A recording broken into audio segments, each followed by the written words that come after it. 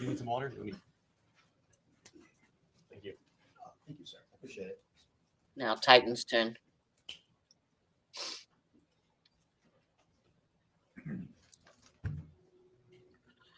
When was Robert Baker's autopsy done? Do you remember? Yes, I have to look. It was performed 8/27/2020 at 1300 hours. And then Wait, I'm sorry. That's tape. I'm sorry. It was performed at the same day, but at 10:10 hours. My apologies. And the date of death that you determined, or that could be determined, was August 26th, 2020? That's correct, yes, sir. Is it common for an autopsy to be done the next day, not the same day? It is. It's very common. The scene has to be evaluated. The body has to be removed. So usually autopsies occur the next day. That's more or less standard practice. And just so the jurors understand, the body just doesn't come to your office, you throw it in a closet. Do you put it in refrigeration, keep it appropriately preserved? Of course, yes. We have refrigeration and security. Hello, baby. So if we move on to Taiton Baker's autopsy, you had mentioned that was performed also on August 27th, 2020. Yes, His was just done later in the day. that is correct, yes. Can you tell us, we'll start here. We've already went through what this is, but can you identify the number for Taiton Baker? Sure. Which photo is this? This is going to be, I'm sorry, I need to move these in. I'm sorry. Oh, yeah.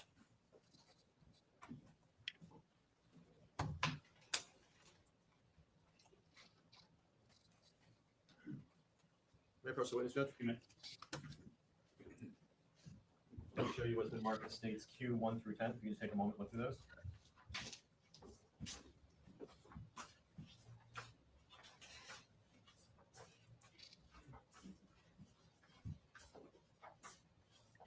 Very good. Yes. Are those fair and accurate depictions of autopsy photographs that were in that you reviewed? Yes, they are. And these are located in the file of the medical examiner? Yes, they are, sir.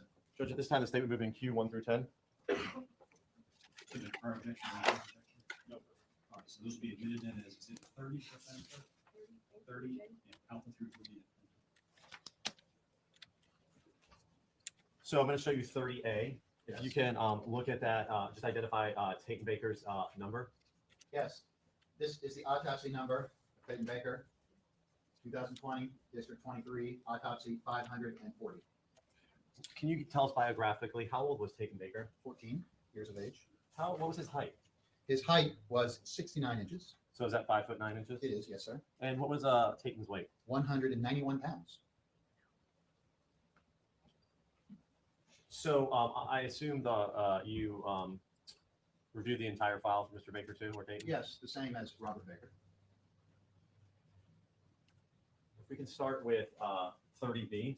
Yes. Can you tell us what this is a picture of? And can you explain the hair? Is that how he was when he was found? No, he had hair which was brown enough to 20 centimeters in length. So in a case like this, with the head trauma, the medical examiner is obligated to shave the head to evaluate for trauma. We cannot leave the hair on the body, unfortunately. So we have shaved the head to show injuries. Can you describe just our overview injuries? We can see quick, briefly, and then we'll individually. And once again, outside of an injury on one of his fingers, is there any injury below Taiton Baker's torso? No. Okay, if you just overview, tell us what we see there, and then we'll go injury by injury, Doc. Yes. We have a large conglomeration, 3 separate, which may represent more than 3 injuries, obviously, but 3 large wounds, incised wounds to the neck. They're better illustrated. We see additional smaller abraded stab wounds on the torso here. But basically, we have this large incised wound on the neck, which you'll see as the neck is reflected up in more detail. And these are stab wounds, like individual stab wounds for Taiton? Yes, they're described as small stab wounds. I believe this was the one where we had multiple small ones. Is there Superficial stab wounds of the neck, yeah. There should be 8. Yep. Additionally, at least 8 small superficial stab wounds are present on the anterior base of the neck and over the left collarbone. So that would I- be they had to be individually done, like each would be a separate stab wound? Yes, 8 times there. As we're looking at the overview of Taiton right here, do you see these scratching marks? Is that important for you too, sir? It is, yes. Just as we saw in the previous He case, said- these He said on the left side, didn't he? I wonder which of his arms is dominant, the defendant's arms.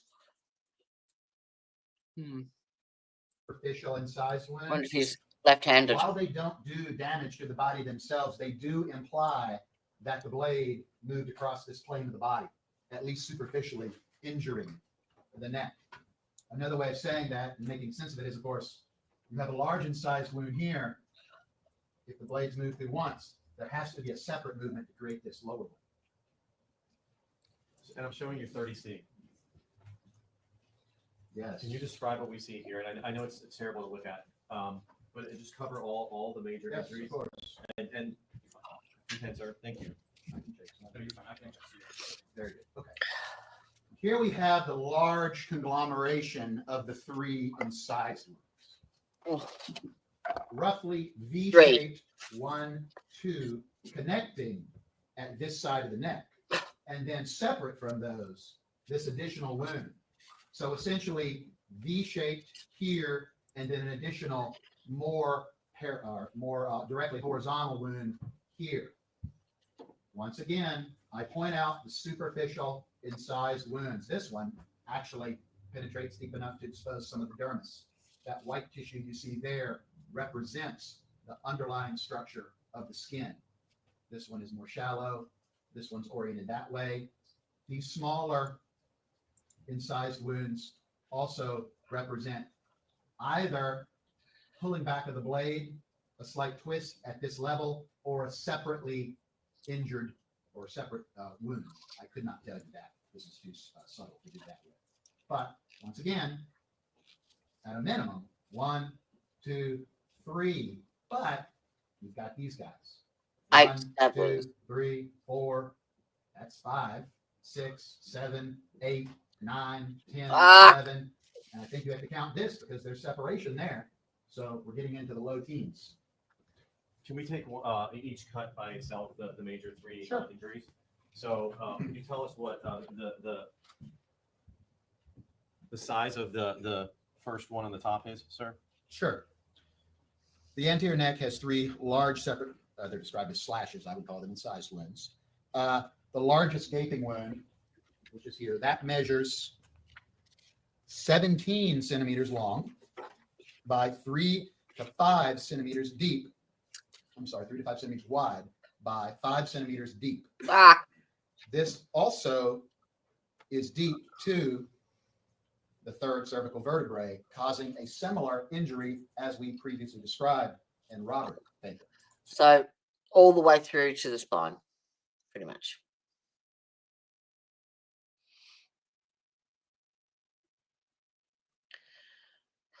As well as the separate individual stab wounds.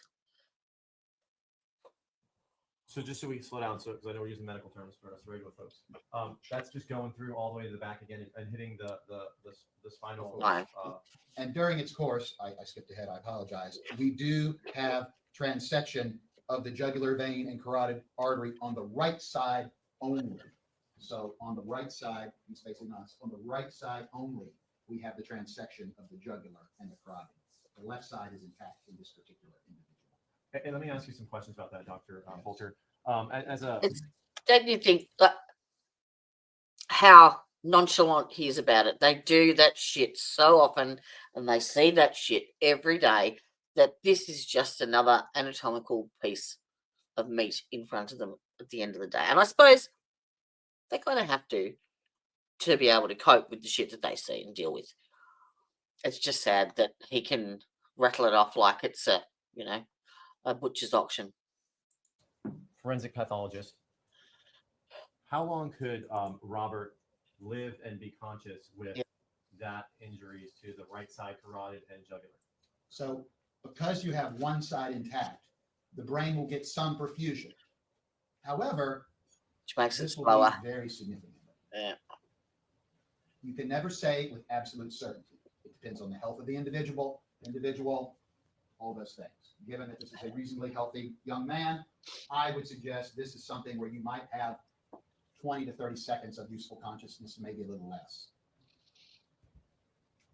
When determining that consciousness, though, and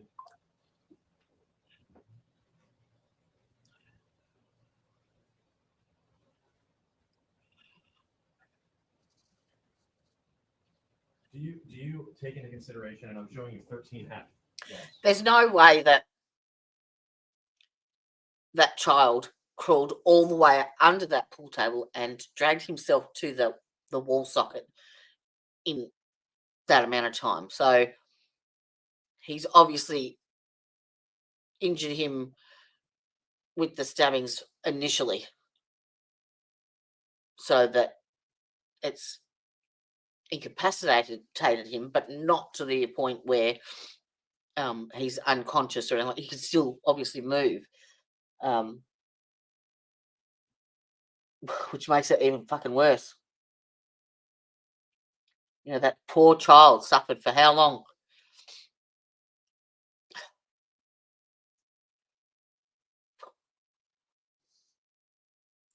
You see there the beginning of the blood trail, I do, yes. and you've seen these photographs, and if I show you 13G, Yes. You see the blood path continue, and 13H, the path continues all the way till it gets to.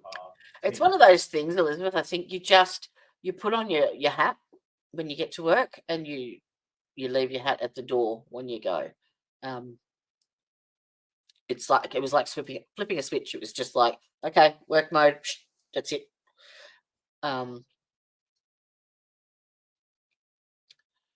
I suppose you have to, and you have to have.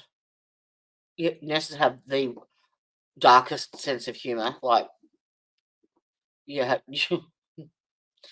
yeah, the shit that we used to come out with was, yeah. If I had my time again, I would probably be a forensic pathologist. I reckon. It's something that's always interested me, but I like the criminality side as well. So I'll just call me Brian Koberger. Would that indicate to you that somebody is alive and conscious during that time? Yeah, crawl pretty from one much. location You have another? to just Certainly that's an explanation, yes. The fact also. get on with it. And I'm going to show you what is marked as states.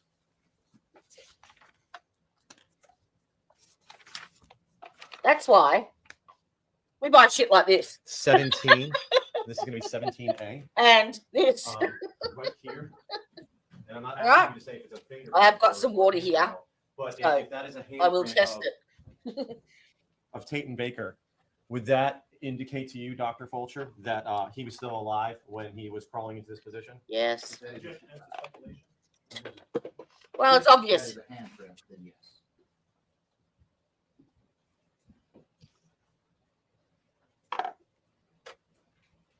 I'm going to put this on my phone. So Don't be a cunt. let's Kate. move on to the incised wound 2. If you could tell us its size, sir. This is the separate size wound on the right side of the neck. It starts from the prior wound and extends downward into the left. It Ta-da. measures 13 centimeters long by 2 to 3 centimeters wide by 4 centimeters deep. We also have additional transection of the muscles and major blood vessels of the right side There you of the neck. It's on my So- phone. There's transection of the vessels both with this injury and with this injury. This Anyway. one, this does not wound the cervical spine, only the top. That would be a serious injury, though. Of course, yes. Either one of these is fatal. Okay.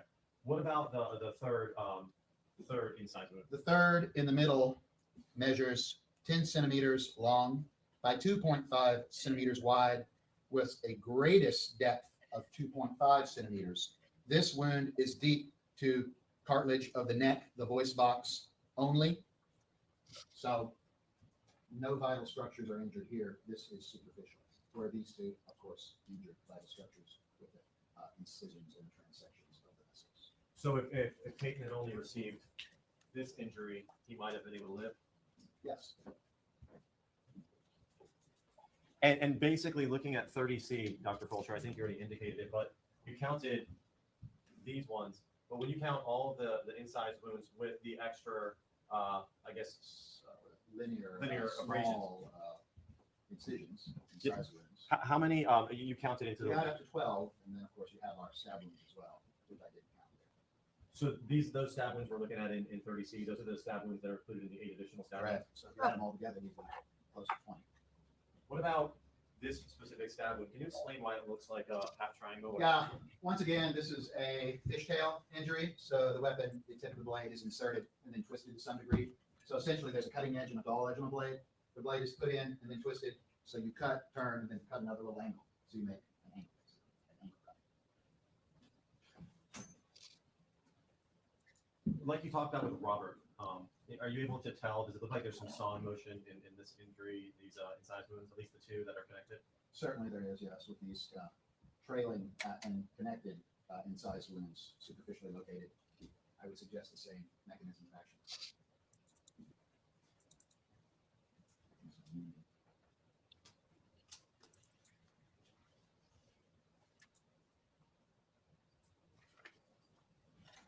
We can move on to 30D.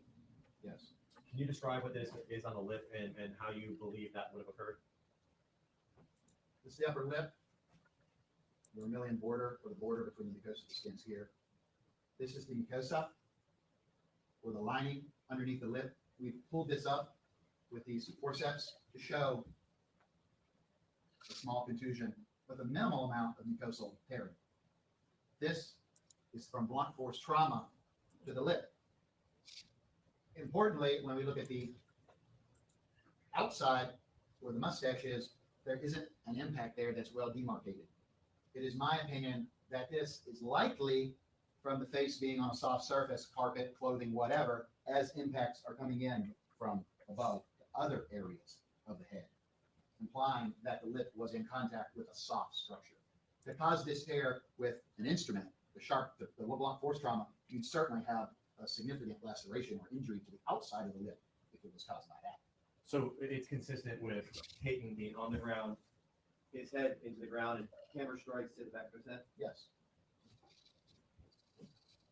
If we can talk about these injuries to his head, we'll call these injuries, I guess, if you can, are these sharp force injuries or blunt force injuries?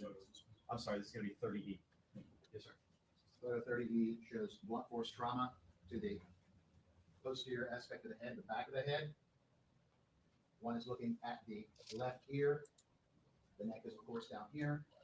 The head has been further shaved to show both linear and curvilinear abraded and contused lacerations. I know these are not sharp force because of this significant contusion. It's bigger. The abrasion is around on the edge. I haven't defined that. A contusion is a collection of blood underneath the skin surface, like a bruise. An abrasion is a removal of the skin surface from blunt trauma. A scrape versus a bruise, basically. So we have this laceration surrounded by a scrape, surrounded by a bruise. Same thing here. This is more linear, more curvilinear. At least 3 blows here, of course. What about these red abrasions there? Do you know what that's from? It's difficult to tell. They could be from carpet, as other impacts occur, or they could be very superficial injuries from something else, perhaps something softer. If the assailant had a fist or hand or whatever, but it would be very difficult to tell. These have no real particular class characteristics that allow them to be characterized. So this injury right here, Yes.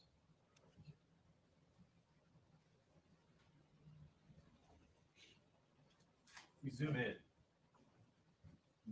Mm. Could that be caused by a hammer? And can you explain how that could be caused, if it could be caused by a hammer? Yes.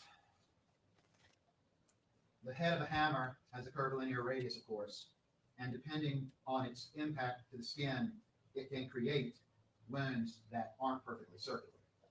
I will use my water bottle to illustrate. If the hammer comes in straight, you might very well have a circular injury. However, if it comes in sideways at a glancing blow, you'll have just the impact of the radius. And as you turn this, that radius can appear different shapes. Human skin is flexible, and as impact occurs, it gets twisted and torn. So you don't expect to see a perfect representation of that circular object. This abrasion, this abrasion is associated with that. and kind of correlates what I'm saying. You have curvilinear area here, and one would expect the directionality to have more abrasion to the outside edge as it's coming in. I would testify that this impact probably occurred from this direction, giving this laceration and this larger contusion there. Let's talk about, we're looking at 30F. Now, if you can describe these, we just talked about this injury, Yes. but can you describe these two right here, what they are, and whether or not they're sharp force or blunt force injuries? These are blunt force injuries. These represent the two lacerations described, one of them being 5 centimeters in length and one of them being 3.5 centimeters in length. They have underlying hematoma and hemorrhage. There's tissue bridging. Very well illustrated tissue bridging here with contused abrasion surrounding. These are indicative of blunt force trauma. The edges are ragged. There's significant contusions. These were not caused by a knife. These were caused by something blunt. Would those be consistent with being inflicted by this hammer, Dr. Coulter? Certainly the lower one, the curvilinear one, more likely than not, the head, if that's what, if we're going to assume it's the hammer. The linear one, there are a couple possibilities. You have both the flat aspect of the hammer where the handle comes in. That generally has a long, hard rectilinear angle. If that comes in, it can cause a guttered or linear wound. Also, sometimes we see the lateral edge of the claw of a carpentry hammer coming in and making the same injury. So the constellation of this long, guttered, fairly narrow, really, for a blunt force trauma, this is very narrow. Wound does, it certainly is explainable by that, combined with, of course, these semicircular injuries. So that would be the best explanation for this. Other things that could theoretically cause this wound would be something, like if it was this width, but extremely heavy, maybe like a long pipe or something, maybe, but it has to have a nice hard edge on it to make this injury. He uses the word Move on to nice 30G. far too Can much you tell when us, he's where those describing an injuries autopsy. are on I'm the sorry. person and what caused those injuries? Yes. These are described, I believe we're talking about the occipital scalp. Yes, sir. This is the left side. This is the, we have 2 impact contusions with semicircular lacerations measuring 3 centimeters in diameter. There's a depressed skull fracture underlying the occipital bone. So we're looking more at the back of the head here. Can you illustrate on me where that would be located so we understand? Because It's hard, it's difficult to tell. Yes, the scalp is there. So we're kind of in this area here. We are located, let me look at the body diagram. We are located overlying the occipital bone. And we know it's on the left side because the left cerebellar fossa is injured. So probably more right here, if you will. when you say there's contusions underneath or whatever word you use, what does that mean for us? A bruise. Okay. Was there damage from that goes past? Oh, yes. Oh, it does. Okay. Can you describe that? Sure. This is associated with a depressed skull fracture of the cruciform eminence, which is basically the cross-shaped eminence on the occipital bone right here. There's a depressed skull fracture with an associated,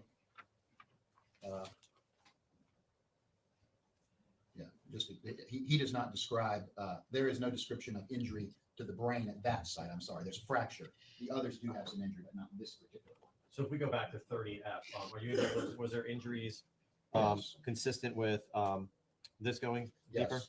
Depressed circular fracture of the parietal bone. That circular bone fragment is displaced inward, which implies the direction out, of course, from outside in. And in this case, we do have a rounded contusion of the left-sided parietal lobe of the brain, measuring 5 centimeters in diameter. And that's under, so that when we peel, and I think we'll have a photograph, when we peel everything away, you can kind of see that Yes. more. Okay. When you say that it depresses in, does that mean like the skull is broken? Or? Yes, the skull is broken, and that fractured piece of bone is pushed inward. Forensic pathologists often describe these types of depressed skull fractures as pond injuries, P-O-N-D, and we mean to say that if you take a rock and throw it on a frozen pond, it creates a very, very, very similar appearance as the rock impacts the frozen surface. You mean going through the surface into the water? Correct. The fracture is the same thing. Those sort of injuries, to do that, does that require a lot of force? Yes. So now we're looking at 30H. Yes, this is the occipital bone. Now we're looking at the back of the head, those ones we previously talked about, and we have this linear, almost kind of angled, depressed skull fracture overlying the occipital bone right there. And then if we can look at 30, the number, it would be 30I. Yes, this is that depressed, rounded fracture. I would make a comparison to this to some of the previous more irregular depressed fractures. In this case, I would suggest this could be caused by one impact. It's very well rounded with a very cleanly punched out effect. Dr. Fultz, if we can look at states 21, Yes. would that circular, I guess, smashing through the skull, would that be consistent with hammerhead? Yes.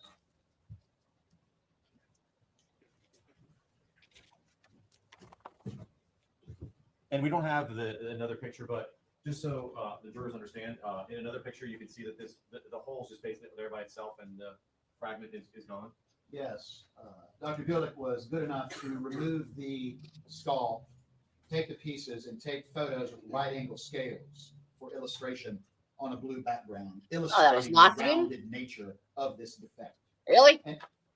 I'm interpreting someone else's work. In this case, I would have done that because I was impressed by the circular nature of this. It deserves a special photo. You were And that's impressed. for your work, right? Yes, Like, for my right, work. right. Okay. For my work, this deserve for a good autopsy, it needs to have its own photo with scale. Now, how many blunt force injuries to Tayton's head are there? Well, the three on the left side of the scalp, the semicircular one on the left back of the head with the occipital bone. That's 3. And then we have the 2 big lacerations, the longer ones. That's 5. And then you add in the 2 circular ones on the very back of the head, the nearly circular contusions. The lacerations weren't very circular on those. That's a total of 7. 5 plus 2, 7. And I don't want to sound naive, but these injuries to Tayton's head from these blunt force instruments, are those serious injuries? Yes, sir. Would they have rendered him unconscious if he was hit with those? Certainly the ones that cause the depressed skull fractures, yes. The more superficial ones, maybe not, but the majority of these do have some sort of fracture associated with them. So globally, yes, there might be a couple exceptions, but globally, yes, most of these will cause unconsciousness. So let's talk about the timing of the injuries. If you're saying that these blunt force injuries to the head would render him unconscious, Yes. are you able to make a professional opinion or an expert opinion about what occurred first, whether or not it was the sharp force injuries of the neck or the blunt force injuries of the head? And in combination, and what we're going to get to, we'll come back to that question in a second. Let's look at, this is going to be 30J. Yes. Can you explain what we have there and why this is important to that determination I just asked you? Yes. This is an incised wound. I have a correction. This is on the right hand. It is incorrectly described in the original autopsy report as the left hand. There's a typographical error in the original autopsy report. So clearly, this is the right hand. On the palmar surface of the right hand, underlying the first digit, we have a linear incised wound that exposes subcutaneous fat of the palm of the hand. Why is that important to you as a forensic pathologist? It's a defensive wound. Classically, we describe these types of injuries on the palmar surfaces of the hand as defensive injuries, meaning that this person is Should have been an trying to S. catch or keep the blade away from their main body mass, torso, or neck. Now, so that's consistent with, like, if you are attacking me with that knife, if I hold my hand up to protect myself, and then you're kind of slashing at me. Yeah. Okay. Would that indicate that that person is conscious at the time? Yes. Based on the totality of everything we looked at, including all those blood smears and stains that go up there, and if that handprint is Tayton's handprint, Mhm. based on this defensive wound and all the blood you've seen at the scene, do you have an opinion as to the timing of the injuries? Do you believe that the sharp force injuries occurred first? Objection calls for speculation. Overruled. In this particular case, on this particular decedent, given the totality of evidence that I've evaluated, including the defensive injury, scene photography, and my knowledge of the severity of the head injuries, it is my opinion that the incised wounds occur first and the blunt force trauma occurs second, largely based on the defensive injury and the fact that I'm fairly confident he would have been unconscious with nearly all the head blows. And you testified before he could have been conscious up to 30 seconds after receiving those sharp force injuries. Yes, because we only have one side of the jugular and the carotid cut, you would expect some degree of useful consciousness. You will not die instantly. When somebody is conscious in that situation, are they aware of what's going on and what's happening? Yes, their brain is perfused, so Mhm. there's consciousness and awareness. Ultimately, in your opinion, what did you determine the cause and manner of death of Peyton Baker to be? Sharp force injuries to the neck and blunt force injuries to the head. So ultimately, though, Tayton probably would have, from the sharp force injuries, he would have died. Oh, yes. I mean, but he was able to stay conscious for 30 seconds, knowing what was occurring. But he also independently could have died from those blows to the head. Yes. May I have just one moment, Judge?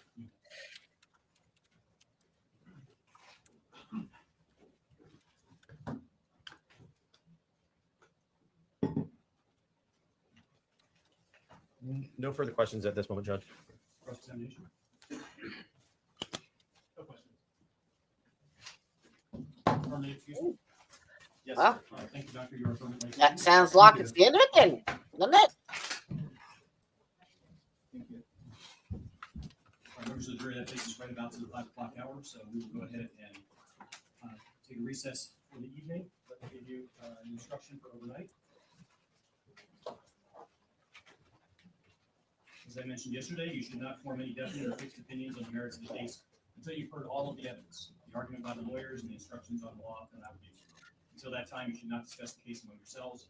You must also not discuss the case with anyone else, nor permit anyone to say anything to you or in your presence about the case during this overnight recess.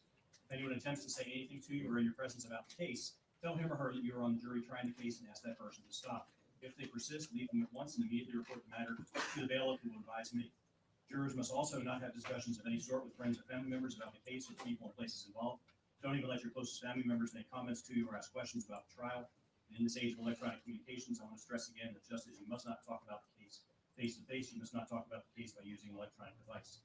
You must not use your phones, computers, or other devices to communicate or do any research on the case or on the law applicable to the case. Do not send or accept any messages related to the case or your jury service. Don't discuss the case or ask for advice by any means at all, including posting information. Give me one moment.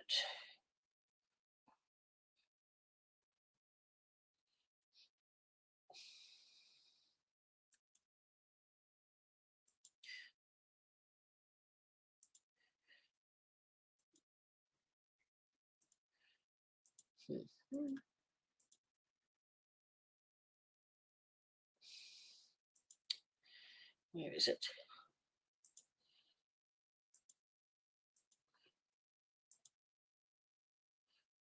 Is that it? You have a large incised wound here.